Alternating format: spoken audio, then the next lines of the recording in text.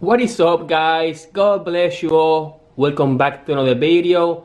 Today we're going to install some SR20 DE parts on my Nissan Sentra GA16DE.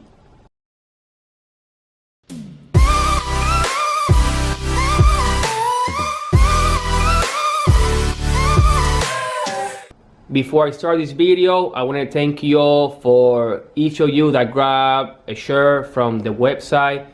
Also, I want to wish you all a Merry Christmas and Happy New Year. This is the first video of the 2020 and I'm very excited. We have a lot of plans for this year. So thank you. I want to also thank all the new subscribers. Thank you for joining the family. And now let's go back to the video. So here we have the B13. I know you guys love this car a lot.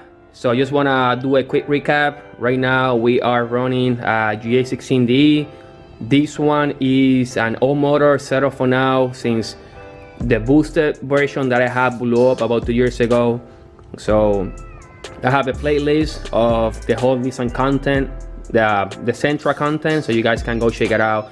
But what we're gonna do today, we're gonna actually install an SR20DE throttle, and also we're gonna install a Nissan SR20DE throttle spacer, which is going to be very cool. Let me show you that right now. And boom, here we have SR20DE throttle body. This one is an OEM one. I'm not sure from which car this one came out, but I think it was SR20DE. It came with the TPS. On this back right here, I have the throttle spacer. So here is the throttle body spacer. It's about, I guess, about an inch. And besides that, I have here SR20DE cold air intake and a new air filter. So the first thing that we're gonna do, we're gonna go ahead and clean up everything. Boom, now with everything out of the way, what I'm gonna do, I'm gonna go ahead and hook up my laptop to the car, because I wanna see on how many voltage I have set up the TPS, so that way when I put the new throttle, or the old one that is right there, I can actually go ahead and set up the TPS at the same voltage. So let's go. Alright, so we are here on the computer. I'm gonna go ahead and connect the wire and also put my switch on. I'm gonna go ahead and open the software. I'm not gonna explain this because I make a video on this, and basically I'm gonna put the link on the description so you guys can actually check it out if you guys are interested in knowing how I'm doing this. But the only thing I need to know is actually, I want to know the voltage on the TPS, so that way I can adjust the new TPS when I put the new throttle. That's the only thing that I need to know. So this thing is almost done. And let me see.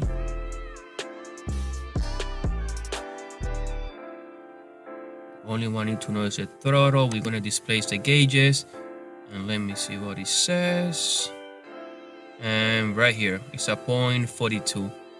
What I'm gonna do, I'm gonna press my gas pedal. You guys can see how it actually increases all the way to 4.22. When I let go, it goes to 0.42. When I press it, it goes to, depending on how much I'm pressing the pedal. So beautiful, I got my info. Let's go. So now that I have my TPS voltage, I'm gonna go ahead and remove my intake pipe, MAF, and air filter. Boom, just like that. That is removed. So I just grab my light so you guys can see better. So basically what we're gonna have to do over here is we're gonna have to do a couple things. The first one, we're gonna have to remove the TPS plug.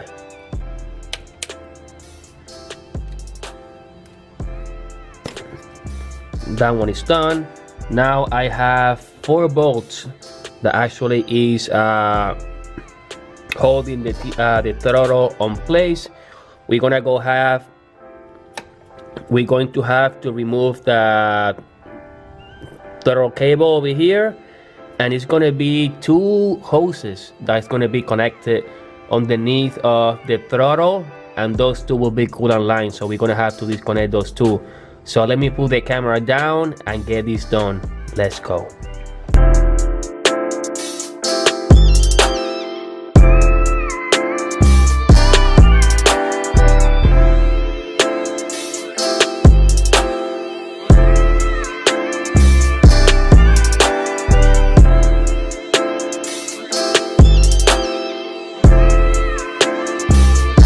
So successfully I got everything out.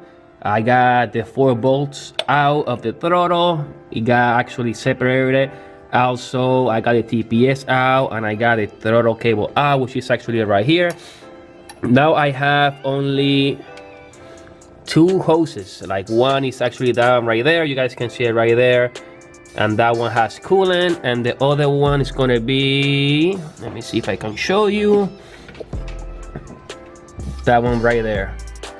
So I'm gonna go ahead and remove them. Just keep in mind that you're gonna lose a little bit of the coolant. What I'm gonna do, I'm gonna plug these 2 back to the new throttle. Some people like to link them together and delete them for the throttle, but that's up to you. So let's go. So here is a quick throttle body comparison. This one right here is the GA16DE, and here I have the SR20DE, and you guys can see that this one is a lot bigger. Just trying to have them next to each other, and you guys can see that it's a noticeable difference. I believe this one is about 2.75, and I think this one should be like close to maybe 2 inches or 2 inches and a little bit. So yeah, so you guys can see that the TPS plug is the same one, and the ball part in the back as well is the same one, and there you guys have it. So technically, if you try to mount the SR20 without the spacer,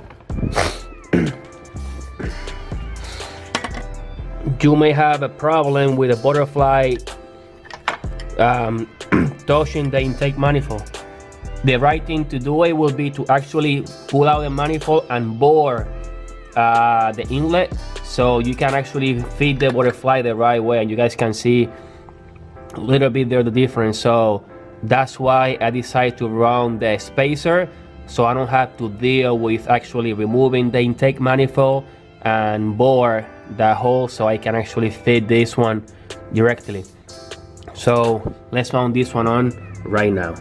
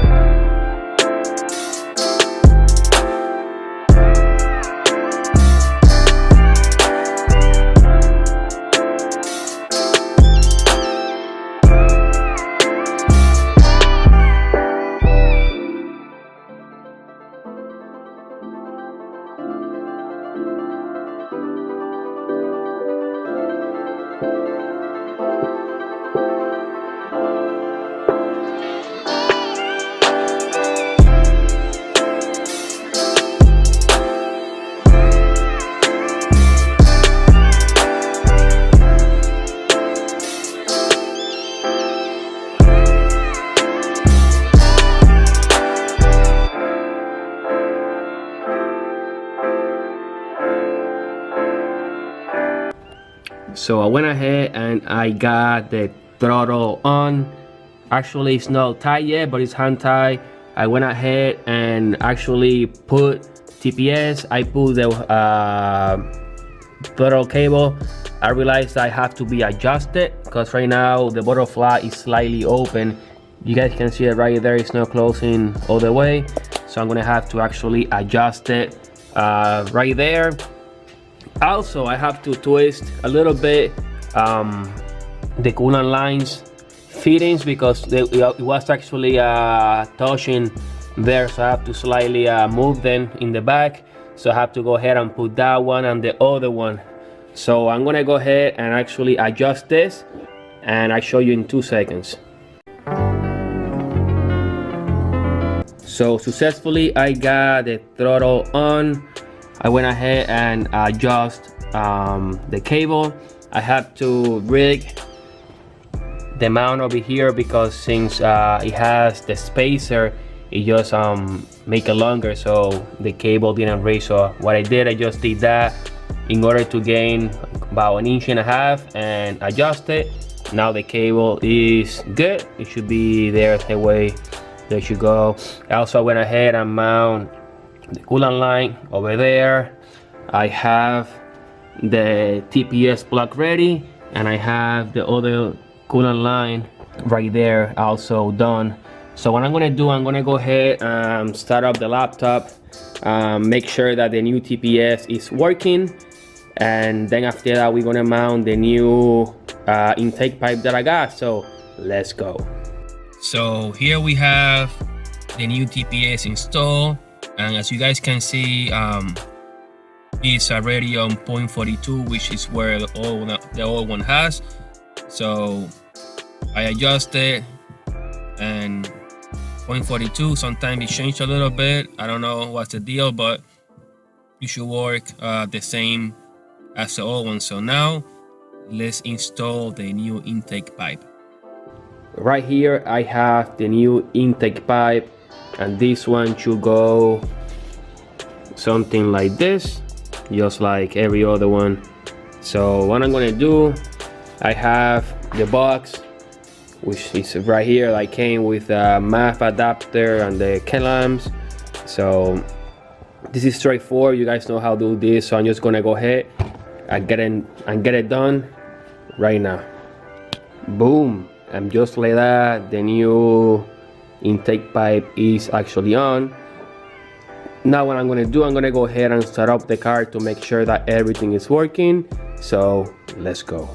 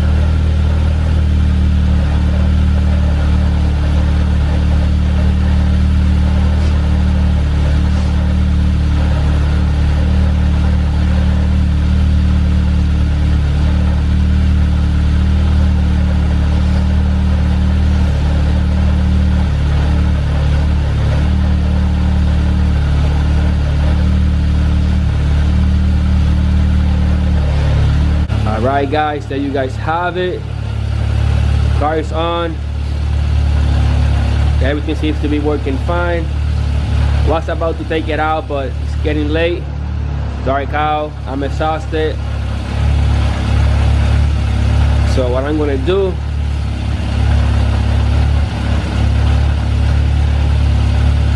gonna take it out for a spin another day, but that's gonna be for this video.